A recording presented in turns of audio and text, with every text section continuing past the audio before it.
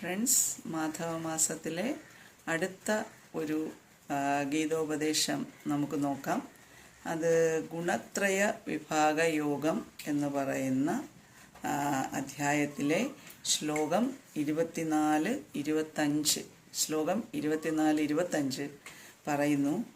യാതൊരുവൻ സുഖദുഃഖങ്ങളിൽ സമചിത്തനും അക്ഷോഭ്യനും മണ്ണും കല്ലും പൊന്നും തുല്യമായി കണക്കാക്കുന്നവനും പ്രിയത്തിലും അപ്രിയത്തിലും ഭേദമില്ലാത്തവനും ധീരനും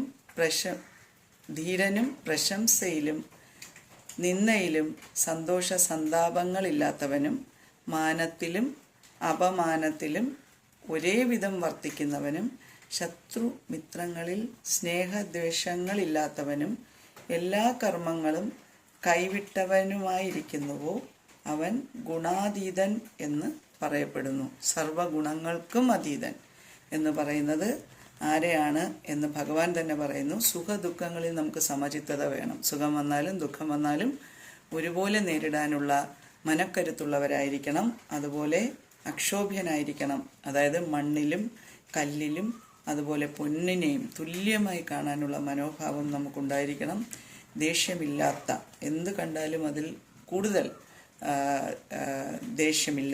ഇല്ലാതെ പെരുമാറാൻ കഴിയുന്ന ആളായിരിക്കണം.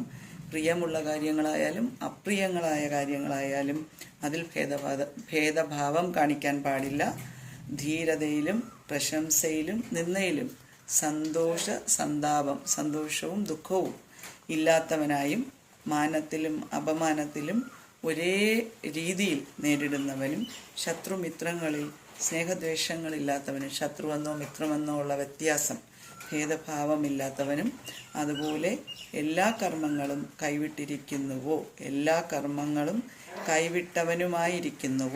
അവൻ. എല്ലാ കർമ്മങ്ങളും കൈവിട്ട് ആരാണോ ഇരിക്കുന്നത്, അതിൻ്റെ അർത്ഥം നമ്മുടെ ജീവിതത്തിലെ കർമ്മങ്ങൾ ചെയ്യേണ്ട എന്നല്ല. ഈ പറഞ്ഞ കാര്യങ്ങളിൽ നിന്നെല്ലാം സമചിത്തതയോടെ നേരിടാൻ കഴിയുന്ന ഏതൊരു വ്യക്തിയാണോ ആ വ്യക്തിയാണ് ഗുണാതീതൻ എന്ന് ഭഗവാൻ ഉദ്ദേശിക്കുന്നത്. അല്ലാതെ നമ്മൾ നമ്മുടെ ദൈനംദിന ജീവിതത്തിലെ കർമ്മങ്ങൾ ചെയ്യേണ്ട എന്നല്ല ഈ വാക്കുകൊണ്ട് അർത്ഥമാക്കിയിരിക്കുന്നത്. എനിക്കറിയാവുന്ന ചെറിയ അറിവുകളാണ് ഞാൻ പങ്കുവയ്ക്കുന്നത്. ഗീത നമുക്കറിയാം, വളരെ ആഴത്തിലുള്ള, വളരെയേറെ വിലമതിക്കാനാവാത്ത അറിവാണ് ഇതിനകത്തുള്ളത്. അപ്പോൾ എല്ലാവർക്കും വീണ്ടും മാധവമാസത്തിൻ്റെ എല്ലാ പുണ്യവും കിട്ടട്ടെ എന്ന് ആശംസിച്ചുകൊണ്ട് വീണ്ടും കാണാം കേട്ടോ ഫ്രണ്ട്സ്. സ്നേഹം മാത്രം.